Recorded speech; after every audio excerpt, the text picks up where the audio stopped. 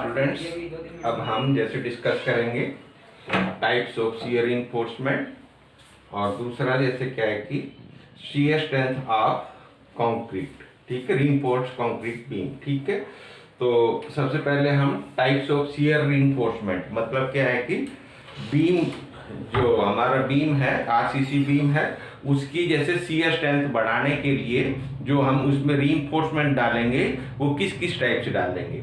ठीक है, तो वो तीन टाइप से जैसे रीइंफोर्समेंट है। एक तो वर्टिकल शियर स्टीरअप्स। ठीक है, वर्टिकल शियर स्टीरअप्स कैसे, आप ये जैसे इस टाइप से भैया आप देख रहे हैं, ये सिंगल ये लेग्ड जैसे स्टीरअप है, या फिर जैसे इस टाइप की हो सकती है।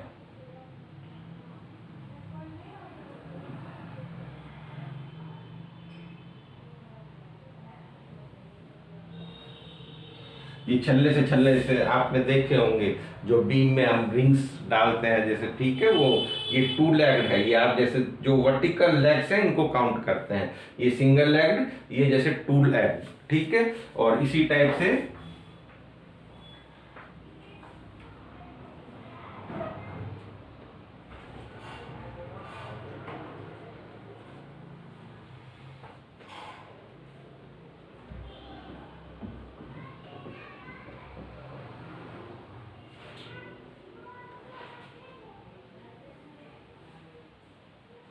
ये आपकी फोर लेग। ठीक है, इस टाइप से ये सिंगल लेग्ड स्टीरअप है, ये टू लेग्ड है, इसकी टू लेग्ड स्टीरअप, और ये फोर लेग्ड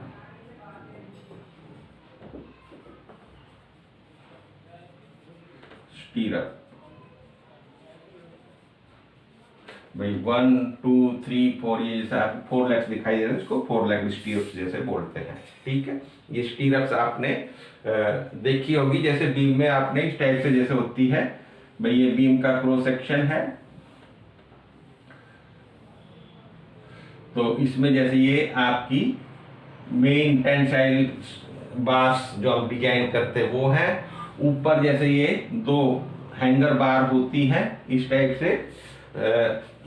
इस पर जैसे क्या है कि ये स्टीरअप्स आमतौर पे हम जैसे क्या है कि इस टाइप से जैसे उसमें फिर इनके मतलब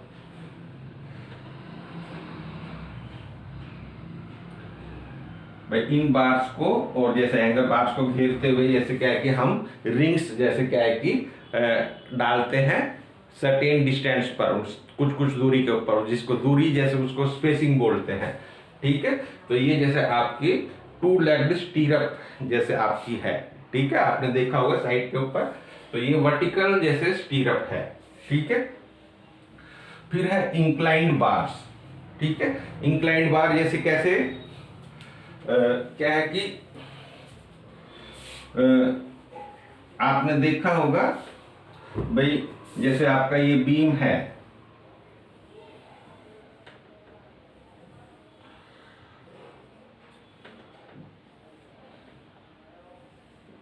सिंपली स्पोर्टेड बीम है। हम बेंडिंग मोमेंट के लिए जैसे क्या है कि रीइंफोर्समेंट डालते हैं बार के अंदर। ठीक है, तो जैसे क्या है कि बार निकालेंगे, उसमें भी कितनी बार प्रोवाइड करनी है, 2 बार करनी है, 3 बार करनी है, 4 बार करनी है।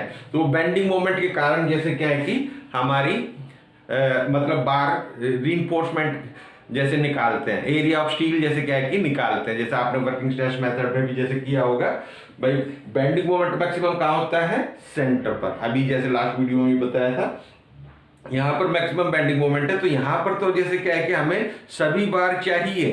ठीक है, परंतु जैसे जैसे एंड की तरफ जाते हैं तो बेंडिंग मोमेंट घटता जाता है। तो एंड पर जैसे बल्कि हमें जैसे क्या है कि bending moment simply supported beam में 0 होता है। तो यहाँ जैसे हमें बार की जरूरत नहीं है, यहाँ पर सभी बार चाहिए। ठीक है, तो क्या करते हैं भाई, कुछ बार भाई ये जैसे क्या है कि यहाँ तो सभी बार है। ठीक है भाई, मान लो यहाँ पर हमने 5 बार प्रोवाइड करनी है। ठीक है, ये 5 बार है।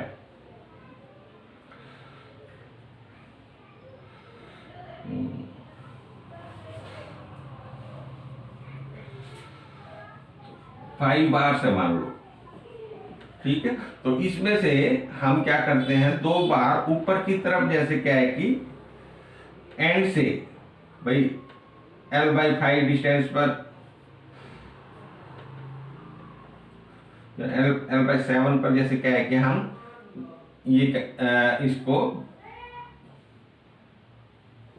क्रैंक कर देते हैं इस टाइप से, इधर भी जैसे और इधर भी, ठीक है। तो ये जो जैसे क्या है बार्स, ठीक है, जो ऊपर की तरफ जैसे हम कर रहे हैं, ये शियर को भी जैसे रोकती है, ठीक है, शियर रिइंफोर्समेंट को जैसे क्या है कि रोकती है। मतलब क्रॉस सेक्शन में देखें तो मतलब इस टाइप से जैसे ये है भाई, यहां पर तो क्रॉस सेक्शन में ये 5 बार है, ठीक है। ये सेंटर पर जैसे ये है 1/1 पर जैसे क्रॉस सेक्शन है, पर यहां पर जो जैसे क्रॉस सेक्शन है, यहां पर आपकी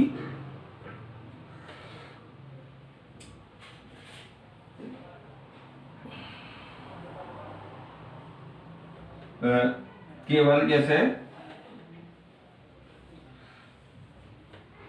यहां वाला जैसे क्रॉस सेक्शन दे, जैसे मान लो ये 2-2 है, ठीक है। तो क्या करेंगे भाई, ये जैसे क्या है कि ऊपर की तरफ हम जैसे ले गए, ठीक है, ये ले गए और ये ले गए, ठीक है। तो ये 2 बार जैसे क्या है कि हमारी सीधी आ गई। तो ये जैसे क्या है कि हमारा क्रॉस सेक्शन पर ये जैसे यहाँ वाला क्रॉस सेक्शन इस टाइप का जैसे बनेगा, ठीक है। यहाँ ये 5 है और ये जैसे ये वाली बार, जैसे इसका नाम दे दो 1 2 3 4 5, ठीक है। तो ये जैसे 2 और 4 है आपकी, और ये 1 3 एंड 5 ये ऊपर की तरफ चली गई, ठीक है। और इनको जैसे ये जैसे आपके इंक्लाइंड बार्स हैं, जैसे आप कह सकते हैं, ठीक है। और ये CF भी जैसे डालनी है तो हम किस टाइप से डालेंगे भाई, 2 हैंगर बार जैसे लगा देंगे इधर, ये आपको दिखाई था हैंगर बार भाई, ये इस टाइप से 2 हैंगर बार जैसे होती है, ठीक है। तो ये जैसे जो आपकी हैंगर बार है ऊपर की तरफ 2 एंड पर, ठीक है। और बीच में जैसे फिर ये इस पर जैसे क्या है कि हम ये स्टीरअप, ये वाली स्टीरअप जैसे क्या है कि इस टाइप से दिखाएंगे, ये अलग अलग दूरी के ऊपर, इसको स्पेसिंग बोलते हैं। ये स्पेसिंग है 2 कंसिक्यूटिव जैसे स्टीरअप के बीच की डिस्टेंस, वो स्पेसिंग ऑफ वर्टिकल स्टीरअप्स जैसे कहलाएगी भाई। ये जैसे भाई ये स्टीरअप्स हैं भाई through out the length of the क्या है कि बीम, इस टाइप से ये जैसे आपको ये छल्ले जैसे क्या है कि आप डालेंगे, ठीक है। इनका भी फंक्शन क्या है, to give shear strength to the जैसे बीम। और इनका भी जैसे इंक्लाइंड वाली जो बार्स है, इसका भी जैसे फंक्शन जो है वो क्या है कि आपका एक तो ये जैसे क्या है कि शियर स्ट्रेंथ रोकती है, ठीक है, मतलब शियर स्ट्रेंथ देती है बीम को। और दूसरा ये इंक्लाइंड, ये जैसे इंक्लाइंड बार जो है वो नेगेटिव बेंडिंग मोमेंट भी प्रोवाइड करती है, ठीक है। नेगेटिव बेंडिंग मोमेंट को जैसे क्या है कि रोकने के लिए स्टीरअप ऊपर जैसे होनी चाहिए, तो ये नेगेटिव बेंडिंग मोमेंट को भी फिर जैसे रोकने के काम आती है। तो इसके जैसे 2 फंक्शन हो जाते हैं, ठीक है भाई। नेगेटिव बेंडिंग मोमेंट के लिए बार हमेशा ऊपर डालते हैं और पॉजिटिव मोमेंट को रजिस्ट करने के लिए बार नीचे की तरफ होती है।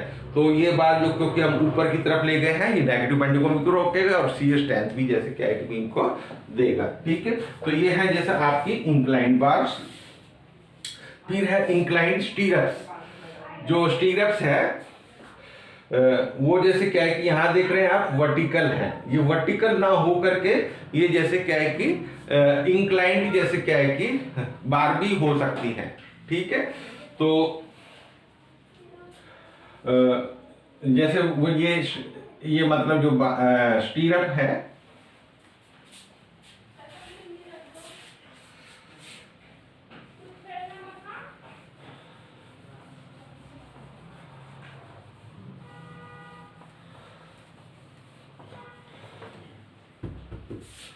ये वही जैसे आपका मान लीजिए बीम है, तो इस पर जैसे क्या है कि ये आपकी मेन बार्स है, सभी सीधी हैं और ऊपर ये हैंगर बार है, ठीक है। और ये जैसे सीधी ना हो करके इस टाइप से इंक्लाइंड भी जैसे क्या है कि हो सकती है। ये जैसे प्रोवाइड करने में थोड़ा डिफिकल्ट है, ठीक है, परंतु ये थोड़ा क्रैक्स को अच्छी तरह बाइंड कर सकते हैं, क्योंकि क्रैक एंड ये जैसे क्या है कि जो क्रैक है वो इस टाइप से है, ठीक है। तो उसको ये जैसे जो रोक के रखती है, इसको जैसे बाइंड करके रखती है अगर इंक्लाइंड है तो, परंतु ये प्रोवाइड करने में थोड़ा दिक्कत वाला है। तो आमतौर पे हम जैसे क्या है कि वर्टिकल ये जैसे स्टीरअप ही जैसे प्रोवाइड कर देते हैं, ठीक है। तो ये इस टाइप से जैसे क्या है कि ये क्रैक को वाइड नहीं, मतलब वाइडन नहीं होने देती, ठीक है। अगर जैसे इसको इंक्लाइंड टाइप से जैसे दे तो इससे थोड़ा सा स्ट्रेंथ ज़्यादा मिल तो सकती है, परंतु ये प्रोवाइड करने में थोड़ा दिक्कत वाला है। तो ये इंक्लाइंड स्टीरअप्स थी। तो इस टाइप से जैसे क्या है कि ये 3 टाइप की जैसे शियर रिइंफोर्समेंट है, जो जैसे क्या है कि बीम को शियर स्ट्रेंथ देती है। फिर है नेक्स्ट हमारा shear strength of reinforced concrete beam. भाई जो रिइंफोर्स्ड कंक्रीट बीम है उसकी जैसे शियर स्ट्रेंथ जो हम भाई कैसे प्रोवाइड करते हैं, केवल जैसे रिइंफोर्स्ड कंक्रीट की जैसे स्ट्रेंथ हम कैसे जैसे इंक्रीज कर सकते हैं। तो उसके दो फैक्टर्स है कि इस पर जैसे सी स्ट्रेंथ ऑफ कंक्रीट की खुद अपने आप में जैसे जो स्ट्रेंथ है वो 2 फैक्टर्स पर डिपेंडेंट है। एक तो ग्रेड ऑफ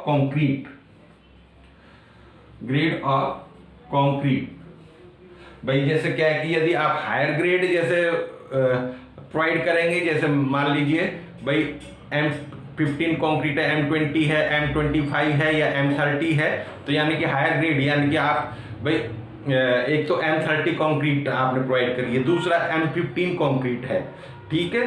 तो M30 वाली जो कंक्रीट है उसकी स्ट्रेंथ ज्यादा होगी, ठीक है। तो ग्रेड ऑफ कंक्रीट यदि ज्यादा है तो उसकी स्ट्रेंथ भी जैसे क्या है कि ज्यादा होगी, ठीक है। हम कह सकते हैं इंप्रूव्स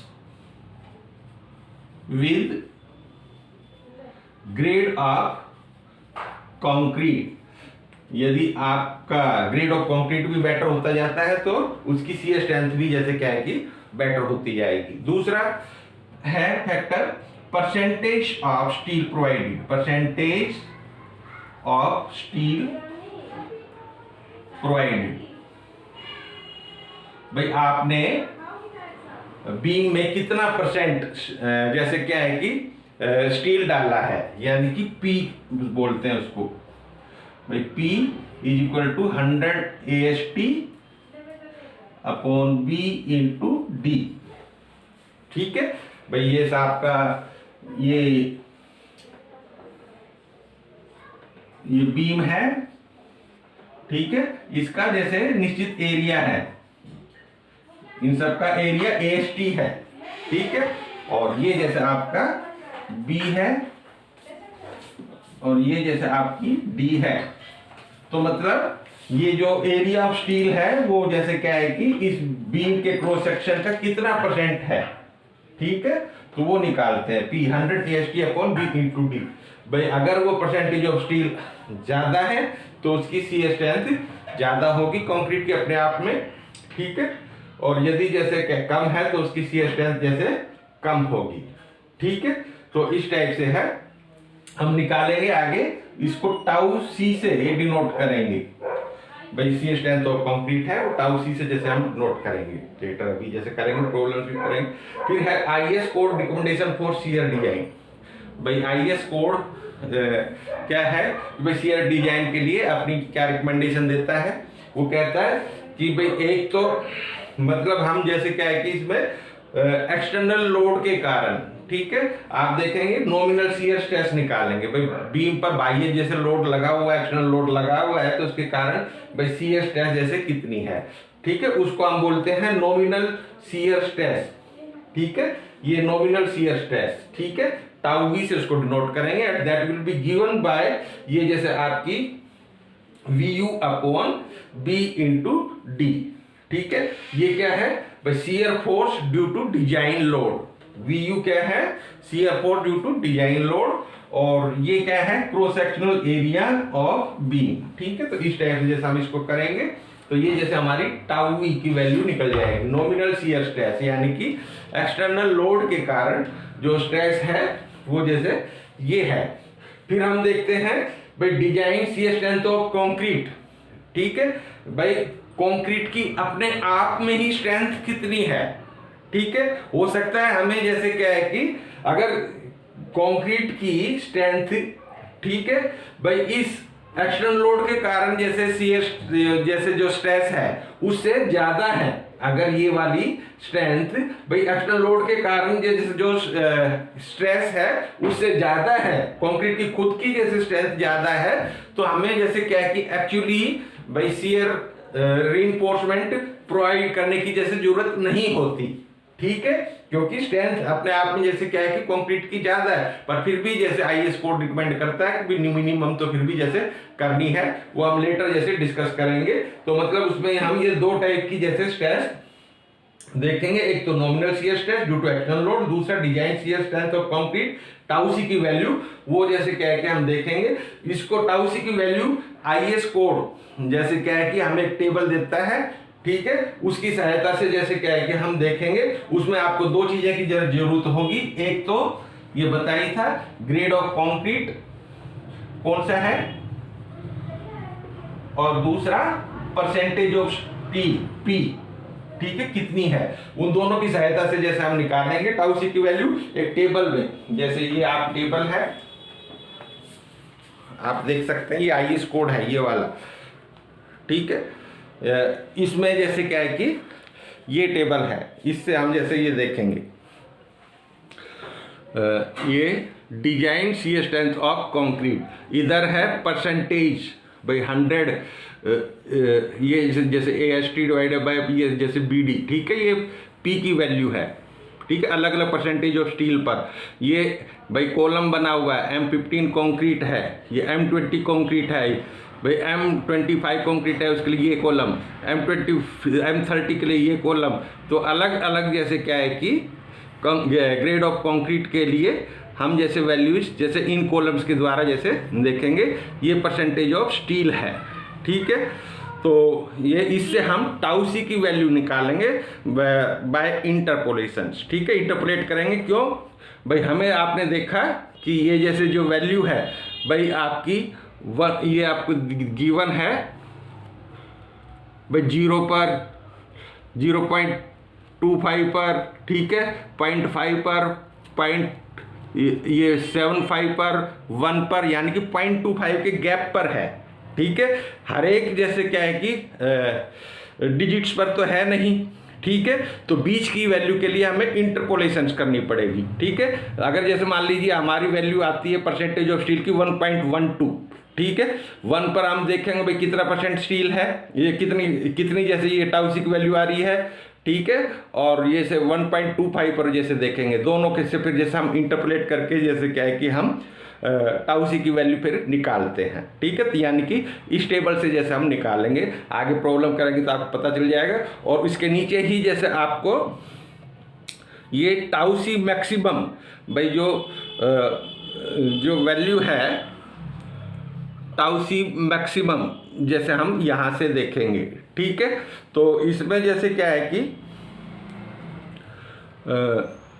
अलग अलग ग्रेड के लिए टाउ सी मैक्सिमम की वैल्यू है, वो इस टेबल से देखते हैं इसका क्या प्रयोग है, फिर आगे हम जैसे उसको भी जैसे डिस्कस करेंगे। ठीक है, ये टाउ सी मैक्सिमम की टेबल इसके नीचे ही है। ये इसको जैसे आप आईएस कोड को जैसे क्या है कि एग्जाम में यूज कर सकते हैं, और ये जैसे क्या है कि 73 पेज के ऊपर जैसे ये आपकी टेबल अवेलेबल है। ठीक है, तो आप इसको जैसे रिफर कर सकते हैं। ठीक है, तो इससे हम टाउ सी की वैल्यू जैसे क्या है कि निकालेंगे। ठीक है, अब इनका यूटिलाइजेशन कैसे करेंगे शियर डिजाइन में, वो हम नेक्स्ट वीडियो में जैसे डिस्कस करेंगे।